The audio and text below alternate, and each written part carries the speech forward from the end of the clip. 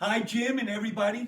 My name is Todd Carpian, and I was supposed to be in a play that was going to open last night at the Ice House in Bethlehem and go tonight and tomorrow night. It has now been postponed until October. It's with the Crowded Kitchen Players, directed by Ara Barleeb. It's the Irish Rebellion of 1916. The play was called The Rising. It's the Irish Easter Rebellion, actually. And it was a crushed rebellion where the Irish revolted against the British Empire, and the 7 leaders of the revolt were all shot and thrown into a quicklime pit. They weren't even given a proper Christian burial, which was a big deal in devoutly Catholic Ireland. And that eventually led to a war with the British Empire that 6 years later created the Republic of Ireland. So the play is the actual words of the people of that time, and there's some great songs in the play that are sung by the singer-songwriter Joey Mutis. But I don't actually have a song that I sing in it. I'm part of the ensemble in the singing, but I do have a poem that I would like to perform for you now.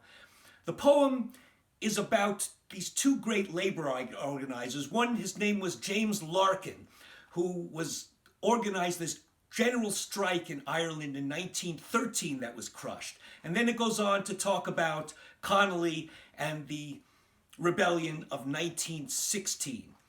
You'll hear in there the names of the 7 leaders who were shot, and it also one other references to the harp in the poem, which is the symbol of Ireland. So here goes, the Ballad of James Larkin. In Dublin City in 1913, the boss was rich and the poor were slaves, the women working and the children starving. Then on came Larkin like a mighty wave. The worker cringed when the boss man thundered, and 70 hours was their weekly chore. They asked for little, and less was granted, lest getting little they might ask for more. Then on came Larkin in 1913, a mighty man with a powerful tongue, the voice of labor, the voice of justice, and he was gifted as he was young. God gave us Larkin in 1913, a union man with a union tongue. He raised the workers, he gave them courage. He was their leader, the workers' son. In the month of August, the boss man told us no union man for him could work. We stood by Larkin and told the boss man we'd fight or starve, but we would not shirk. 8 months we fought, and 8 months we starved. But we stood by Larkin through thick and thin. But foodless homes and the crying of children, they broke our hearts and we could not win. When Larkin left us, we seemed defeated. The night seemed dark for the working man. Then on came Connolly with new hope and courage.